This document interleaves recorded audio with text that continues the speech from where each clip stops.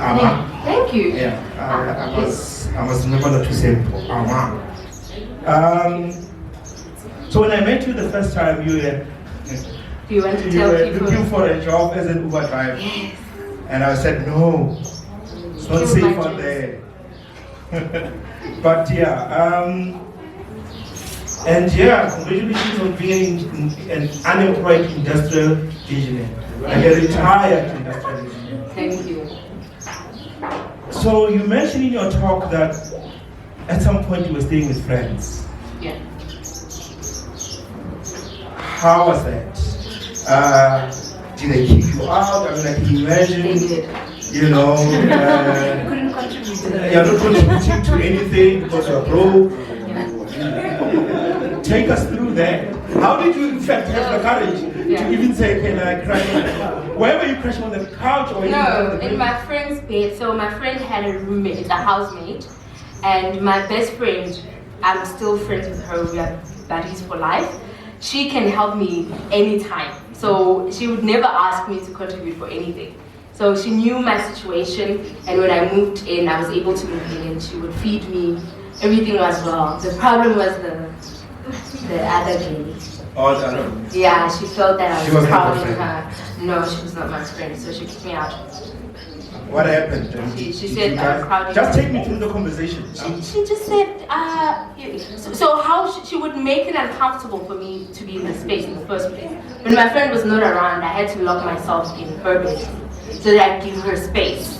But still, she felt her space was crowded. She didn't want you. No. What did you do? I think she didn't like how when we go to group that guys would approach me instead of So that was the issue. yeah, amongst other issues that girls go through. Yeah. Okay. So she had her own issue. Okay. So it was a group thing. Group thing, and she once fabricated a story that I was hitting on her boyfriend. Oh. I did not such. And how can you are broke? Imagine, I wasn't even thinking of men. You know? But Okay. yeah, she politely asked that I give her space. So in your talk, you talk about you left work, you resigned, Yeah. and you didn't tell your parents. Yes. When did you tell them, and how did you tell them? I told my mother after I had submitted the resignation letter. And the reason is my parents are very old. So older people have old ways of thinking. And they were going to discourage the idea. I knew that for a fact. They were going to be like, oh, you need to work until you retire. You've got a good paying job. But if you fail, I felt like they're going to corrupt my mind. So I'm just going to do it. I don't even know who told my dad. I think his lover did. But it wasn't me. So what did your mom say? My mom didn't say much. She was like, oh. Because I prepped a speech on how I was going to tell them. So someone here is looking at this thing and they want to do the same thing. What tips would you say them? The same thing is? How do they break it down to their parents that they have decided? Because when I resigned, I didn't tell my parents for 6 months. They didn't know. Yeah. Until some bugger called my work looking for me. And they told him, no, that guy left 6 months ago. Do you want his home number? Back then he had landline now. And they gave them my parents' landline. Yeah. And when I come back home, like, so you don't tell us that you resigned. Yeah. I'm like, but nothing has changed. You still get what you pay for. Lucky for you, nothing changed. If I wasn't staying at home, I was not going to tell them also. So my mom, when I told her, I made up a speech. I had to create something concrete that would make her support it. So I used the networking that I'm going to do, network marketing, and it's doing so well because I was doing it with her, so she could see. So she wasn't a little bit, apprehensive, like, no, don't do that. But it wasn't her decision.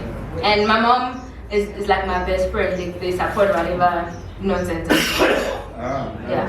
So you have to, my daughter, when she wants something, Yeah. she prepares a whole presentation, Yes. and she wears a jacket, and she calls the family meeting, and she says, guys, it's important, we need to meet at 6. Yeah. Like, oh my God, I hope you're not pregnant. And then she's wearing a jacket. It's like, thank you so much for coming to the meeting. and she goes through a whole presentation, and there's a video power play there. It's like, oh, and doesn't that work though? No, it does. There you Like go. it's So I proper, did it's the same thing. researched. Like, oh, so she's thought about this. Yeah. It's not like, no, I want a puppy. It's like proper. I've researched how And I to know look after this exactly. puppy, and all the effects are there. Yes. But over and above that, for a specific question that you just asked, is they need to first do research on, because that's something that I thought I did, but it wasn't proper research because I didn't have the knowledge of business. And first wait until you can make enough money to at least supplement the salary before you take the jump. Yeah. So let's talk about one of the most difficult things in entrepreneurship is the dark hole. I mean, a lot of entrepreneurs were in the dark hole during COVID. They couldn't make money, they had rent to pay, and most of them went through a hole. And what happens when you go through a hole, you isolate yourself. Yes. You don't wake up, you oversleep, you don't open the curtains, nothing is really inspires you. I want us, we talk about this, I was in the dark hole and then I came out. What's in the dark hole? What happens in the dark hole? Can we spend some time there? Yes, we can. What happens is you overthink things. Your mind is very powerful. It believes anything and everything you tell it. And that's the unfortunate part about the subconscious mind. It can't protect you from the things that you deem as danger, because the more you think about something, whether it's good or bad, it believes you. So when you believe that you are failing, it's gonna bring more of that. Like I said, that's how I continued staying in the dark hole, because I was feeding the mind the same, negative words.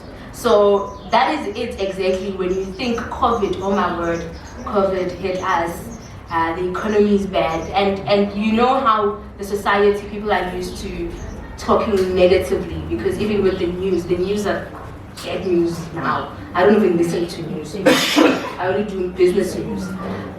People get used to that negative, talk, and it becomes self-talk. And that's one thing that we need to work on. What is your self-talk? It needs to change from negative self-talk to positive. But because we don't know this, nobody teaches us how to talk to our own minds, how to even talk on a daily basis to ourselves. How do you get yourself on a positive note every day? Nobody teaches us that. So that is the dark hole. We start with one or two words, be it the economy, will believe the government is not supporting us, and then all of these combination of words, the more you talk about them, the more the subconscious mind gets more of that, because it focuses on the things that you want. And it reads, when you think all these negative things, it reads them as things that are important to you, because it can't tell the difference between a truth and a lie. And it goes out and gets more of that. That is why poor people become poorer, because their thoughts are around poverty. So that is the dark hole, basically. That's how you get into the dark hole. So then you lock yourself in your room. Oh yes. How else are you going to be in the dark hole in a very lively world? You have to be in your own corner.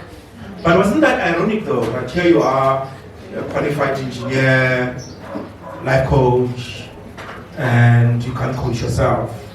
I mean, has that, did something come up? What's wrong with me? Yeah, it was. Up until 2016, I actually didn't even look at that book that I got trained on, because I was, again, consuming those negative words. And I was just drowning myself in all of that. So yes, it was very ironic that a whole life coach couldn't. I mean, the coaching that we do, even when you consult with me, the tools that I help you with, you're able to self-coach. They're designed for self-coaching. But you need to do the work. I can only give you the tools if you don't show up. So I didn't show up. My coach did everything right. I just didn't show up. So very, very ironic. So one of the things we talk about in entrepreneurship is support, right? Yeah. Having the right support system. Be it parents, be it friends, be it your better half. They play a huge role in supporting what you are doing. Okay. Did you have that? Like a support? Like a huge role? I wouldn't say huge role. You play the huge role. It's all of you. it is very helpful to have a supportive. I had my mom, like I said, my mom supports anything. I had my friend, I had my dad, I had some of my family members. I had no friends, but they can't support me because they don't even know what's happening, what I'm going through. And even if I would like them to help me get out of this dark hole, they can't get me out. That's why I'm saying what you're saying is part true and not, because the main person that's supposed to be your support is yourself, because entrepreneurship is very lonely. You need to master being your own support. But were you telling them? No. To make them understand? No, like you said, we get into our own corners, like they know nothing. I don't even think they know what I do now. Still. If you ask my mom what I do,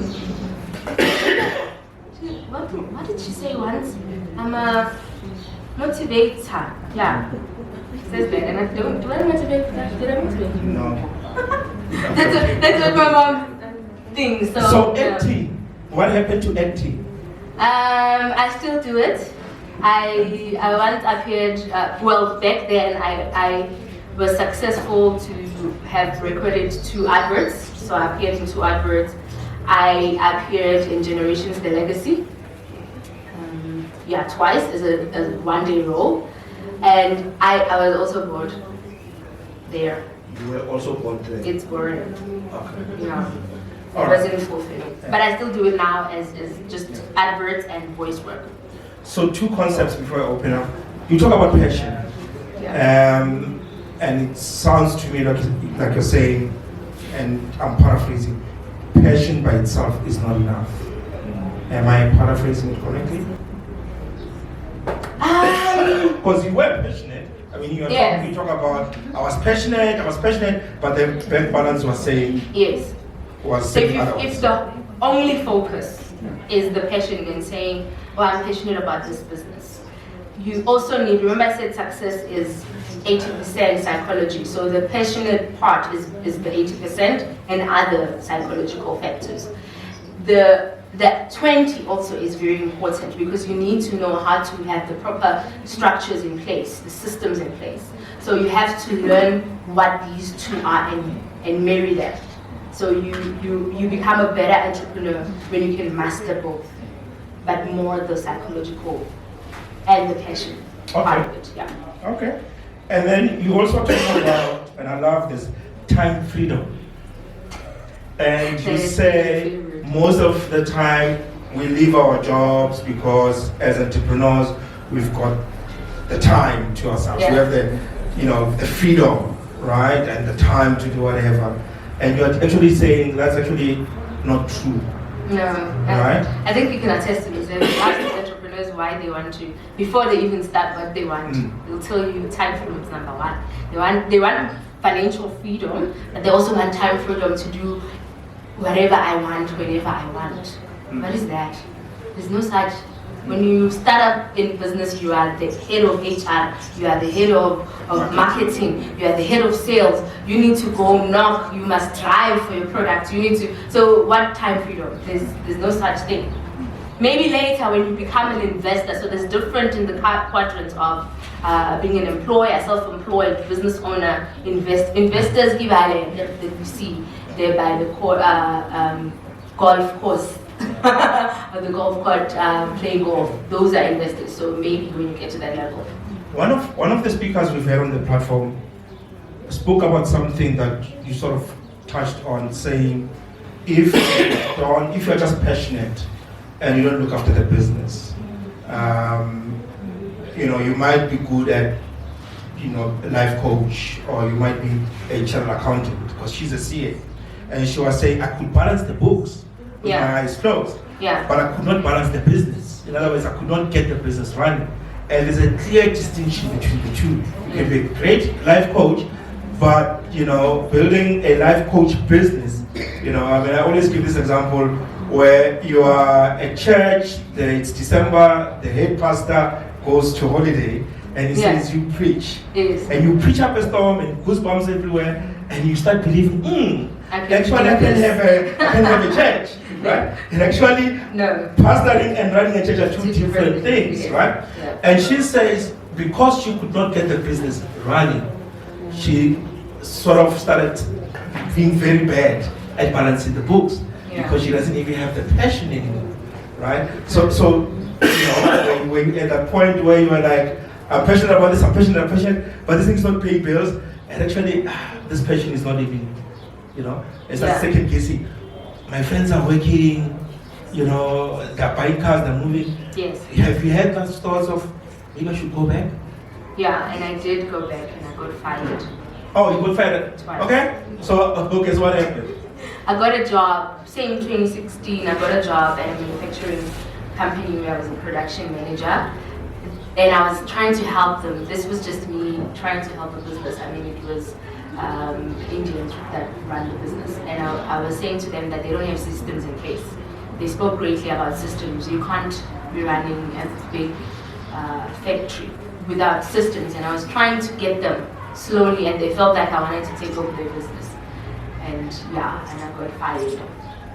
And again, I got a job at a coaching business because I wanted to learn more about coaching and grow, you know, in the industry faster than I would by myself. And I'm not sure what happened there. I also got fired there. Yeah. So you're unemployable. I'm unemployed. Yeah. So I need to make sure. So it was a good thing I didn't employ you. I'm joking. Yes. All right. Questions. Let's take questions from the floor. Any questions? Oh, my name is Marcelo Mohapi. Actually, Kutalo's mother. And I know by looking at you, like you've cut your gene to us. I wanted more from you. I know you've invited us, but I think what you can say, I can ask you now is, what are you currently doing except the coaching? Do you have any other businesses? Because you know, as I'm also an entrepreneur, and also into food industry and also into construction. So I've won a 1 award last year as a winner of Women in Construction for grade 1. And then this year I came second between grade 1 and grade 4. So I switched into construction because of COVID. When COVID happened, remember the catering and events, we were the #1 COVID spread. So there was no income coming in. So I ran dry, then I said, okay, fine. I've registered this thing since 2010. So compliance is very important in everything that you do. So when the right time came, I was ready. I had all my documents, all my compliance in place. Then I've done the first project, building a factory successfully. And I've done the second project successfully. Hence I'm saying, I know you cannot live on one income of stream, because I personally believe that we need to have multiple income of streams. I've done network marketing, I've done Herbalife. Well, 2019 I went to Germany with Herbalife. I know how to sell. But at the same time, it was not enough. Hence, I'm doing catering. Four shops failed. So I've realized now that me and the shops, I cannot run the pizza or college, culture or whatever. I know where I want, I know where I'm going. I'm strictly going to use the catering industry because I've got a good relationship with government. So I service government departments and I always look for more. So my question is just to say, what else are you doing except the coach? Because I know one income is not enough. Awesome. Thank you so much. Maybe?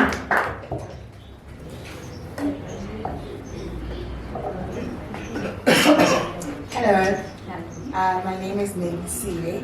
Again, so basically my question to you is, because you said that you from my understanding, you took a non-calculated risk in quitting your job, right? Because you had a passion elsewhere with the marketing and stuff, right?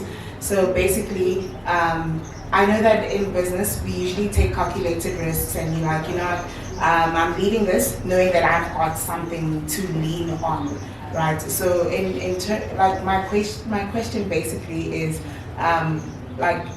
obviously you had no idea that, okay, I could fail possibly or not, but then you took a non-calculated risk. Like what what would you say to somebody who wants to start something, right? And they currently have something, but then obviously we don't necessarily have an idea of how like markets could run or like life could go about, right? So what would you say, like, could you have done differently, and what would you advise somebody who would like to take that kind of risk in the future? Thank you. Awesome. Benji? So, okay, my name is Benji. I'm actually a PhD entrepreneurship student at Mpho. So, I'm studying entrepreneurs, personality traits, and psychological traits. So, I want to ask you this one. One of the personality traits that we see in entrepreneurs is the fear of failure. So, when you left the engineering job and going to entrepreneurship, didn't you have that the fear of failure? My name is Bonnie. The other two questions that were already covered. By the way, you're awesome. You are absolutely inspirational. Keep doing what you're doing, and I've learned personally some, resilience traits and skill set from your journey, and what I could sort of use in my own journey. So thank you for that. What I wanted to know is, in terms of, what does success look like for you? And I know it was asked in the previous session, and I ask this again because, success looks differently for different people. Some people, them having a 10 million rand business is success, and driving or living in a certain suburb is success, and their kids going to certain schools is success. But for some people, reaching your own personal objectives and goals and business long-term goals is success. The mere fact that within 5 years you're now hiring 5 people, you have a footprint in 5 different areas, you have a footprint in Mamelodi, you have another footprint, or actually you have another footprint, you are now employing 5 people, feeding 5 families. That is success. It doesn't matter whether it's a Mata H1 or that HP 200, but it means for that HP 200 gets the work done. So what does success look for you? The other one, Marcelo raised it, but I'm just going to frame it a little bit different, but the same thing. How do you increase your income streams? Sort of income stream your skill set. How do you maximize and amplify on your skill set? Because all of us here are actually skilled and qualified. We can be qualified as a medical doctor, but people get surprised that you can actually DJ as well.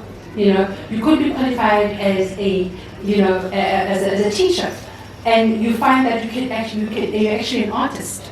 You could actually do beautiful portraits that you can actually sell online. So in your own lived experience, how have you amplified on your skill set and made sure that each and every skill set that you can deliver on and you are skilled to do, you commercialize it in monetary terms? So how have you done that? And lastly, mentorship. I've not found that mentor in that soundboard that you go to as a bounce back for you. I know that you did say that it's all about you, you're 100%, but you also need that backup that will tell you when you're wrong, that will tell you just taking a shot right, you should have taken a shot left, or this is a great idea, not now, wait for a year, so who is that mentor for you? Thank you. Awesome. Thank you so much. I'll keep it brief. My name is Ron. So I just have one question. With regards to grooming youngsters, what do we offer? Because I see a lot of grown-ups and it's all about money and stuff like that. But I think in order for us to avoid the darko, we should start with our children and preaching this lifestyle, teaching them this lifestyle, getting them around this idea, the way of thinking, the way we think, the way to move forward. So my question is basically, how do we get the kids involved? How do we tie them into this and get them starting at a very early age? Because remember, this is a lifestyle, and then it also avoids us to get into the dark. So that's basically my question. Awesome. Thank you so much. Oh, it's true again. Sister, you're so beautiful. I wish you were like Mpho, because it probably meant something to your parents.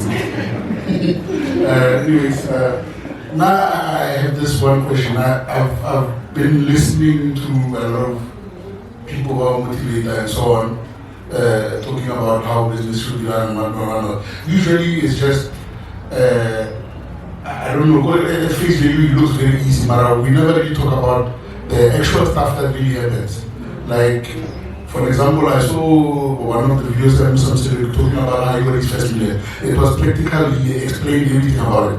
So now I want to know from you, your dark point, when we were at your dark point, like point, when was it like exactly, and how did you get out of it exactly? Not just by saying, well, I went to a friend, like maybe try to put it in a way of somebody that's there who does not have friends in the support system and whatever. But besides the mental thing, how did you basically, practically, what can I say, like literally get out of where you were at the time?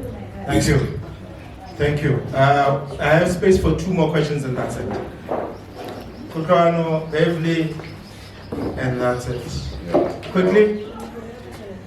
Yeah, hi. So my question is related to my brother here that mentioned the reason why I want to touch on that question is because you have experience as a life coach. It's something that you are a professional of. And I know that being a life coach, it involves a lot of personal transformation. And business and entrepreneurship is basically a vehicle for personal transformation, not only within yourself, but within the people around you.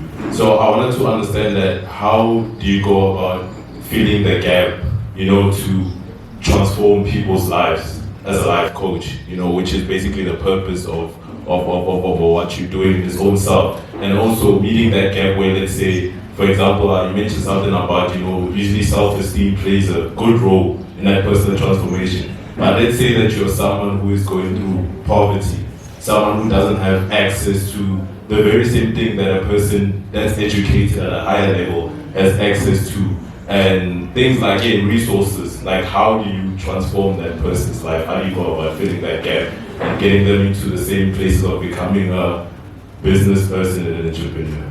Awesome. Thank you so much. Bev? Hello, so the last one is not that deep. I just want to know, in terms of, I heard you say time freedom, there's no such thing. If you're not someone that's an analytical thinker, analytical mind, would it be wrong to then say that I'm doing it for the time freedom? Because I've realized that I'm not built for 9 to 5 and then still loving the passion. So then just like the tone, like when you said that no such thing, in my mind I'm like, okay, why do you say so? Because I know that I'm in it for the time freedom at the end of the day. Not to laze around and not do anything, but I've worked with people, I've seen how people are slaves, and I'm not about that life. So just that term, would it be wrong then to be in it for the time freedom and still put in the passion and the effort and the mind switch? All right. Thank you so much. So deep. So deep. We started from that. So I think the context is not the same as the one I'm referring to, where people say they want time freedom, and it sounds like you want time to do nothing. You just want to wake up whenever. You can do that as an entrepreneur, but you still, like you said, you still put in the time towards the business. If you can't answer me as to how are you going to attain that time freedom, then you don't know anything about that time freedom. You don't even know what time freedom means, because you don't even know how you're going to attain it. If you can tell me this is what I want when I say time freedom, like I said with investors, they have a lot of time on their hands. They've built businesses that run themselves. So if you're saying to me that your time freedom means I want to get to a point where I'm an investor and I can have the time, then that makes sense, yeah. But if you can't even tell me that you know how to get to that time freedom, we're gonna have a problem if you're my client. Isn't it though that people who sort of start businesses don't understand that they think that I'll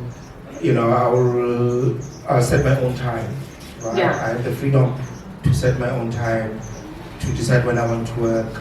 I'm not a morning person, so I wake up at 10.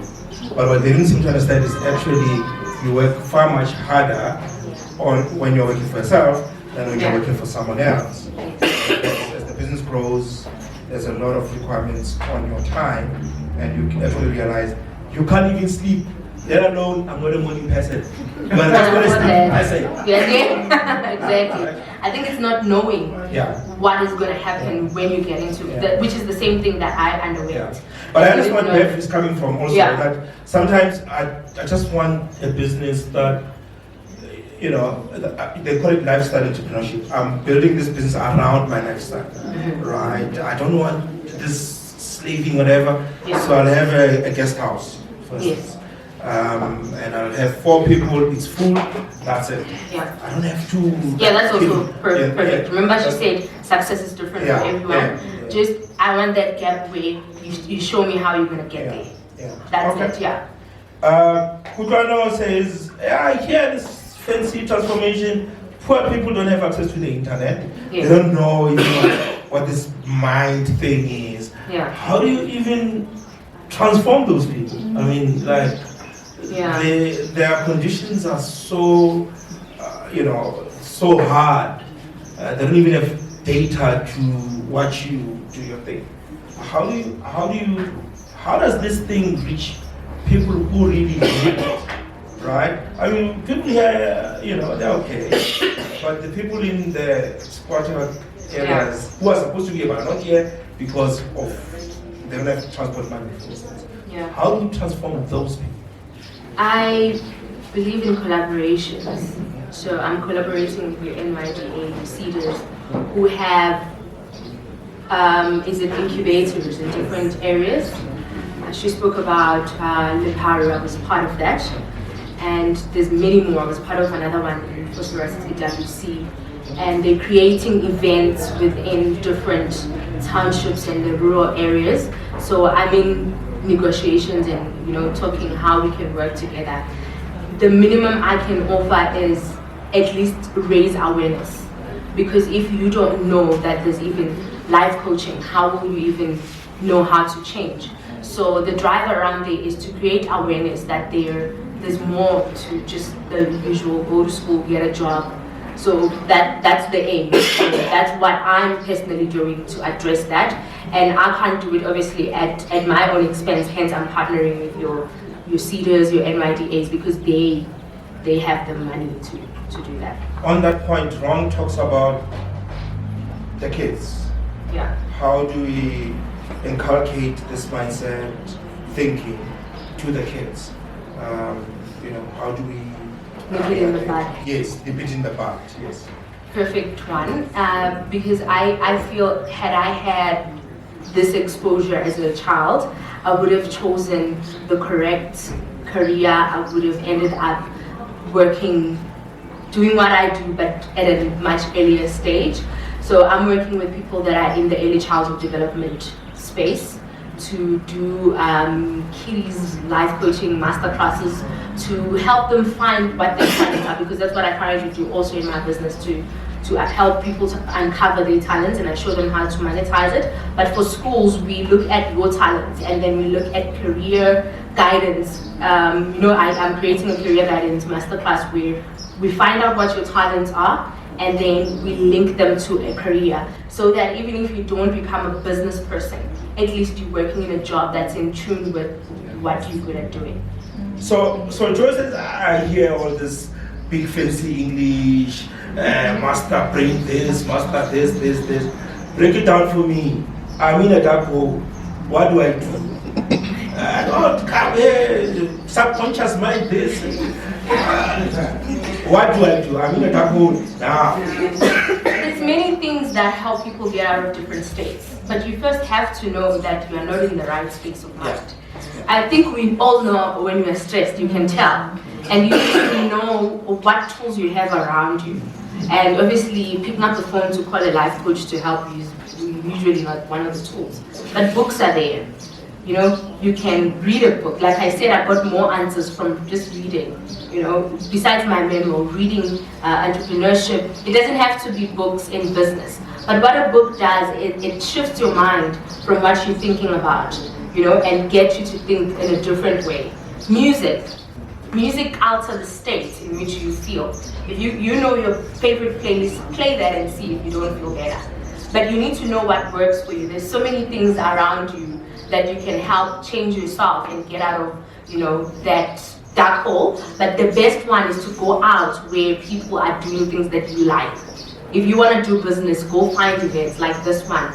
There's markets for entrepreneurs. Be outside, away from the environment that consumes you. Yeah, I mean, one of the things that we say to entrepreneurs most of the time is get out of the room. Yes. You know, if you find yourself in a dark hole, yeah, you're not gonna get a solution where you cause the problem.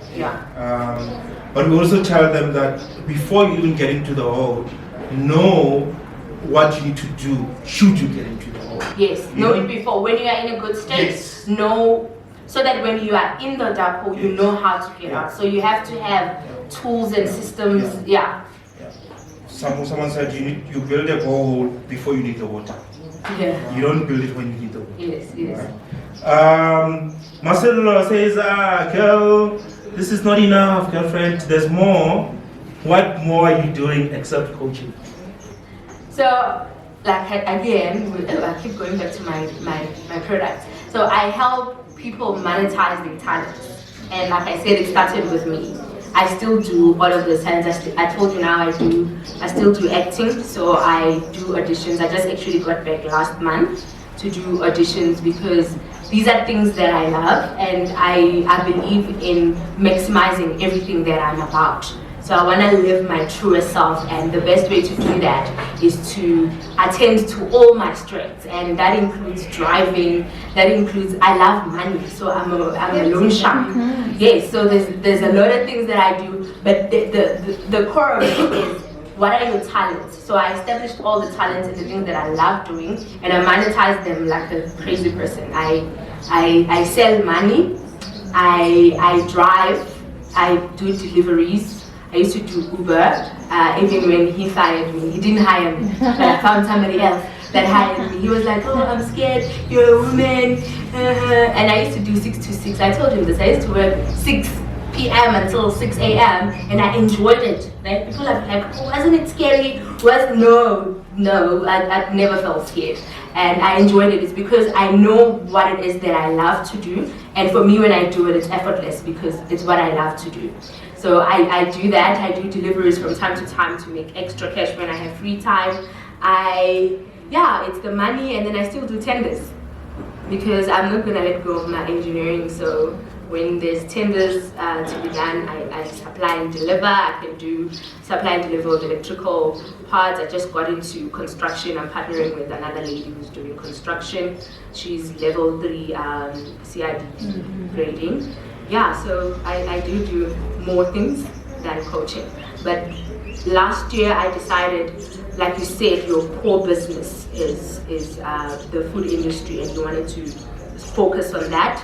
I do more of that, hence I'm building master classes. I have one that's coming up next month. It's a 2-day one. I'm building the one for school kids, and I'm currently designing an online coaching school. Awesome. Nady says, when you thought you were smart, and you left your job, and then you saw dust. You didn't calculate the risk properly. If you were to go back and redo this thing again, right? What would you do different? It's easier said than done. Because when you talk to a person who's driven by passion, do you remember I said, even if somebody came through and told me, hey, what is this thing, I wasn't going to listen to them. But if you are open to listen to advice, I would say learn as much as you can about the business and know how to make that money, at least make equivalent to your salary, because your lifestyle is used to your salary, so it becomes more painful when you have to downgrade your lifestyle. So if your salary now is the same, if you are able to build a salary outside the same as the salary that you have, that would be the time when you actually take the jump. But you need to give yourself all the time outside of work to learn about the business you're going into. Get a mentor. She asked about a mentor. I do have one. Get a mentor. It acts as a catalyst. You don't have to learn everything from scratch. Now I'm an engineer. I like shortcuts. And even with life coaching, I teach you how to shortcut everything, from attracting whatever you want faster. So if you get a mentor, you bypass all of the things that you're gonna do wrong, you know, and which are things that I didn't do. So that's what I would change. Okay. All right.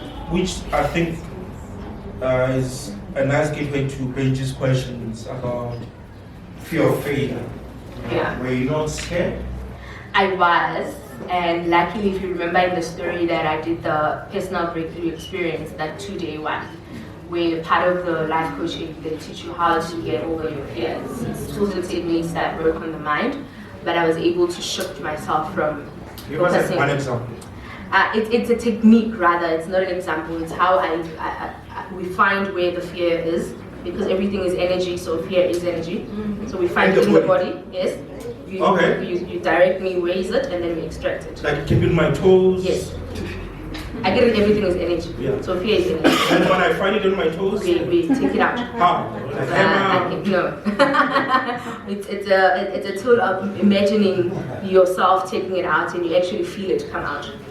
Well, I sense as if you are saying if I want more, I must pay for consultation. That's exactly what I'm saying. It sounds like voodoo, but I did it because I'm a very open person to learn. It's just how your mind works. If we can learn more about our minds, we can do so many things. And we've relied so much on medicine that we've forgotten how to use this. So yeah, I teach you all of that. You just sit where you're sitting and I tell you find it and then you do it. I don't even touch you. Yes, that's how powerful your mind is. I mean, your mind can heal itself. It can get rid of the fear. Okay. Yeah. All right. Look at him, he's scared. What's stress aversion? What would you say is your strongest either psychological or personality trait that you used when you were in the dark, to pull yourself out? I mean, we all have different psychology or personality traits. Some people are eternally optimistic, even in the dark, they always see the positive. Some people are just resilient, no matter what, Some people are just stubborn, like I'll get out of this, I'll do that. What is your strong psychological or personality trait? Waking up in very early. Okay. Remember, I used to oversleep. I started realizing that when I wake up, it was coincidental that when I wake up earlier, I'm more vibrant and energetic to do the things I want. This is when I wake up late, even now. Hence, Robin Sharma wrote the book, The 5 a.m. Club. And that's what I do. For me, it's waking up early in the morning. I can wake up at 3 a.m. I think you've seen my statuses. I can write statuses at 4 a.m. But when I realized that, I picked it up. It was a coincidental thing. But like I said, the mind can tell when you need to learn something. So for me, that is my go-to. If I wake up late, I don't feel like a superhero.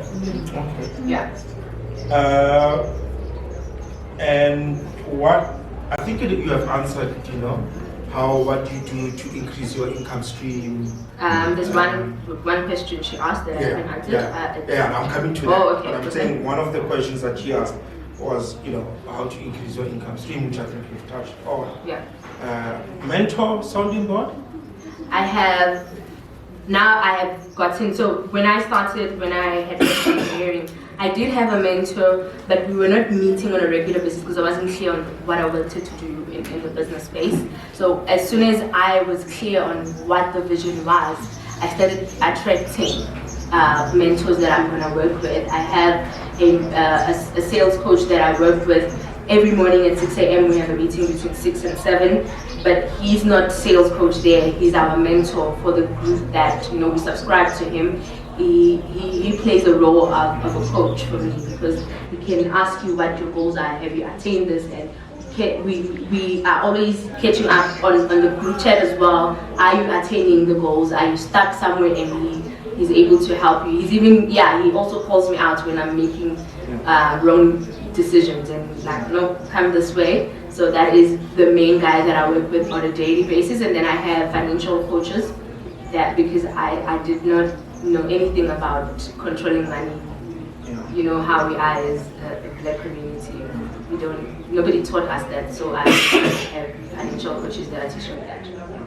Okay, and then the last question, what does success look like for you? Success for me, it looks like an online coaching platform that has a lot of coaching modules. I'm gonna take the same masterclass that I'm gonna do on the 7th. We're gonna populate it as a course that anybody can go on, and it's gonna be AI tailored, and you can watch it at home and learn how to start a business to have the right mindset for being in business. And the success for me is just having that platform come to life and knowing that I can coach people internationally, not just the ones that I'm reaching with the one-on-ones or the master classes. Knowing that what I can coach on can reach a person in Australia, in my absentia, or a person in the US, and they can do the same, apply the same tools and change their lives and start a business. That for me would be success.